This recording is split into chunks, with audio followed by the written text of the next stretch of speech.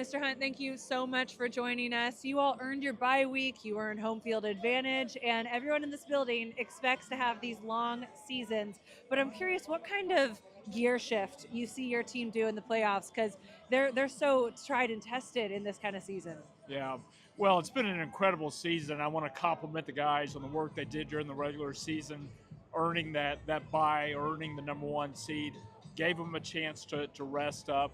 In talking to Coach Andy Reid this week, he talked a lot about the energy that he felt because some of these guys haven't played in 3.5 weeks, Right. and they're excited to get back out there. Obviously, the playoffs, the level steps up, the speed of the game steps up, and Patrick, Travis, their teammates have done a tremendous job over the years of really rising to the moment, and we're hoping for that today. With the kind of vets like you just mentioned, and Andy Reid, who certainly has this all down pat, I'm sure you're not too worried about rest versus rust. Yeah, no, I'm really not. There was a lot of commentary before Christmas when we had those 3 games in 11 days and what a challenge it was going to be. And my thought process was, hey, we had the best coach in the business. He'll know exactly how to manage it.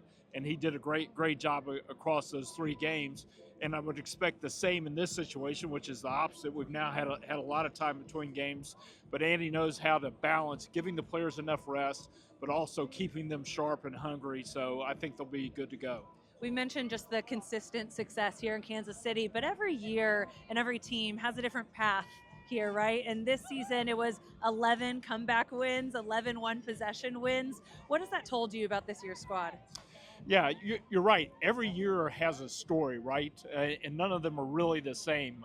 We go back to last year, the team really struggled in the middle of the season. We lost a bunch of games. We got to Christmas Day, had a very tough loss, and people thought they're done. Yeah, they're going to make the playoffs, but there's no way they make the Super Bowl. And then the guys rallied. This year, the story has been about those close games and finding a way to succeed.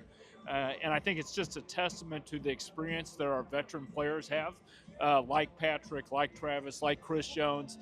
They know how to rise to the moment. They know how to win the close games. That's incredibly important when you get to the playoffs because all the teams are really good, and there's no game that's necessarily going to be a blowout. You're probably going to have a tight game, so that should benefit them the rest of the way.